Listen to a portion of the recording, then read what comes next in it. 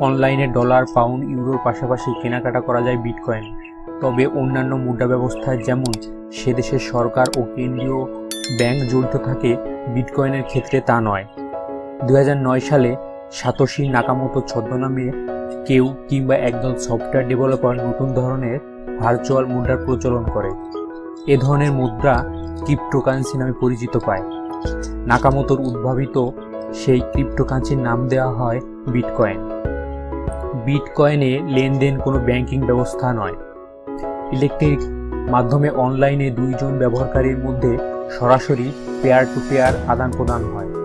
লেনদেনের নিরাপত্তার জন্য ব্যবহার করা হয় ক্রিপ্টোগ্রাফি নামক পদ্ধতি। সম্প্রতি সময়ে বিটকয়েন আলোচনায় আসার কারণ মূল্যস্ফীতি। বিটকয়েনে যারা বিনিয়োগ করেছিল হঠাৎ তাদের সম্পদ বেড়েছে কয়েকশো গুণ। কিন্তু বিটকয়েন কেন জনপ্রিয় হচ্ছে? নিজের পরিচয় প্রকাশ না করেই এতে লেনদেন করা যায়।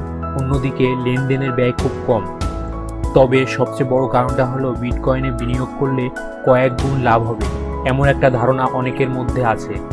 এখনও অনেক দেশে মুদ্রা হিসেবে স্বীকৃতি না পেলেও দ্রুত জনপ্রিয়তা পাচ্ছে বিটকয়েন। ফলে অনেক দেশের কেন্দ্রীয় ব্যাংক বিটকয়েনের জন্য নীতিমালা প্রণয়নের উদ্যোগ নিয়েছে। সদ্য সমাপ্ত ডিজিটাল ওয়ার্ল্ড 2017 সম্মেলনের এক সেমিনারে বাংলাদেশ ব্যাংকের ডেপুটি গভর্নর এস.কে. চৌধুরী বলেন, আগামী বছরের জুনের মধ্যেই কেন্দ্রীয় ব্যাংক এবং সরকারি ও বেসরকারি সংস্থার সমন্বয়ে কমিটি গঠন করা হবে। এই কমিটির কাজ হবে বাংলাদেশে কীভাবে দ্রুত ডিজিটাল মুদ্রা প্রচলন করা যায়